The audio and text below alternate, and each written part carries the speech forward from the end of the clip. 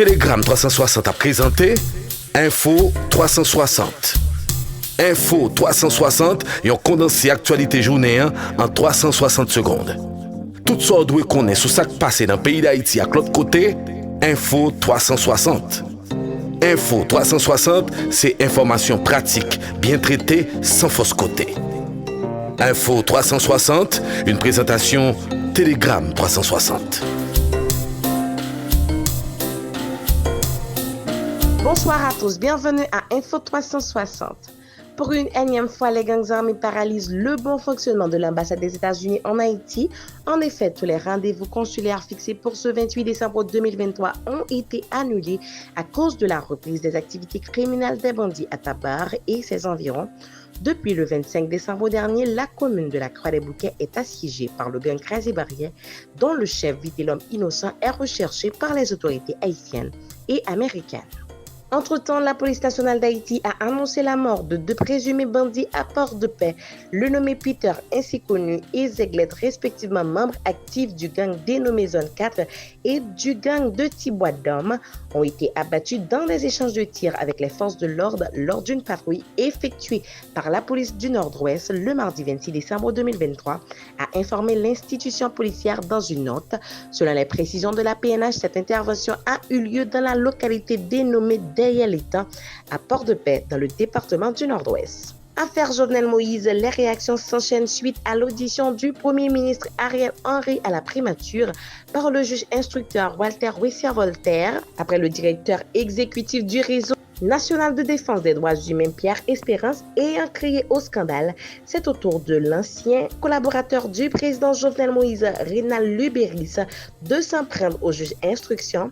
L'environnement de la résidence officielle du Premier ministre ne cadre pas aux exigences d'une instruction judiciaire, croit-il, ajoutant qu'Ariel Henry ne peut aucunement être entendu à titre de témoin dans le manicide du 7 juillet 2021. Le fait qu'il a invité à titre de témoin ou que son volonté délibérée pour blanchir Ariel.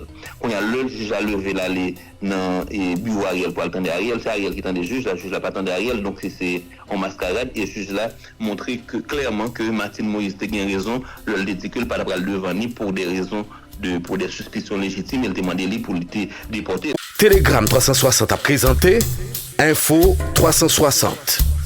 Info 360 et on condensé actualité journée en 360 secondes. Tout ça doit connaître sur ce qui passe dans le pays d'Haïti à l'autre côté. Info 360. Info 360, c'est information pratique, bien traitée, sans fausse côté. Info 360, une présentation Telegram 360. Dans l'international, les États-Unis pressent le Mexique de freiner le flux migratoire à la frontière sud. En effet, de hauts responsables américains et mexicains se sont rencontrés le mercredi 27 décembre 2023 pour discuter de la crise à la frontière sud, alors que l'administration Biden s'efforce de ralentir une vague de migrants sans précédent. La réunion a été très productive, a déclaré le secrétaire à la sécurité intérieure Alejandro Mayorkas.